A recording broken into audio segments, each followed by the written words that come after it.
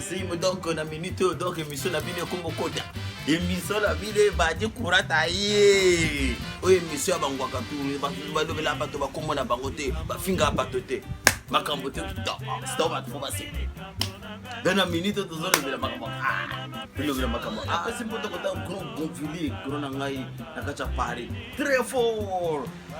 arbel ke tokos nakacha no to zo pasola te kana zo mona masolo vi zalaga wana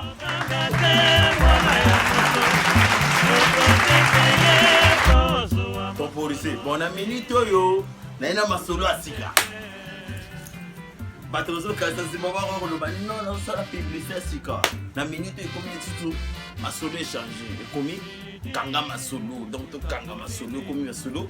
ta kanga no bibi après ta chine no pe donc mi so boto bo china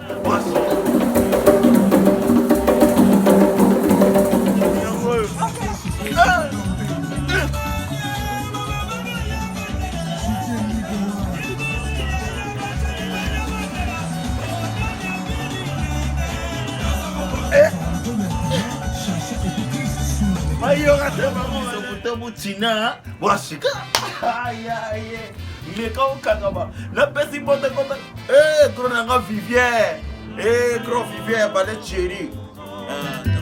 mosala na yo se kofunda bato toyeba yo ya émission moko ya kosepela donc bakolobela bato mabete bakofinga bato te biso to bato moko boye kanga masolo na lobango idéologie na pesa idéologie liboso idéologie wana na bomi yango na minute bomi kanga masolo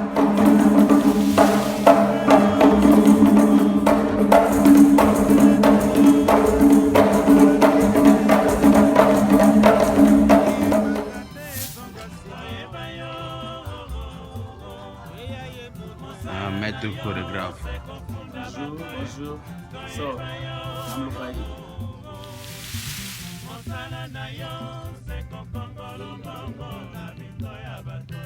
Kanga masolo ye lisusu donc na minute nazo sala publicité pour la conférence ezoyaka conférence na kati ya Santa Cruz conférence ezoyaka mikolo na kati ya Santa Cruz oyi ba rythme sika ba danse sika arrangeur na ngai donc le sako nano le nom très fort na lingo sakana na ngai mosala na yo se kofunda bato toyeba yo frère sakana la gai batala basakana la gai émission za ici donc émission moko ya mapamboli ya mapamboli bokoko yes nganga zim ayi lisusu kitoko sto ndenge bino ya trobo solo toujours na facilité na pesi mbote Wilson Kenzo Ngomvila na kacha Nantes très forte patience onanga de la présidence à ça Guineston Longangi Dalianga Mpula na kacho wando notre infirmière Batika Yokoto Zali Bote Mélanie Mbalo Bote Louisiana Loco Bote Claudia Milan Sirlon de Nantes à ça Nantes Zotombola Serval Mokoko Mokondiaba Mama à Koto Zali respect trop Mère Adena Paris à Paris ye motozo bouger Paris Batika ye Bote Sabrina Mananga de l'aéroport douanière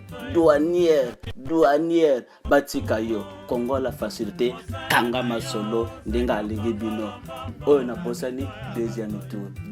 version Bolanda le solo temporisé Kanga Masolo très fort pour contacter Kanga Masolo toujours na facilité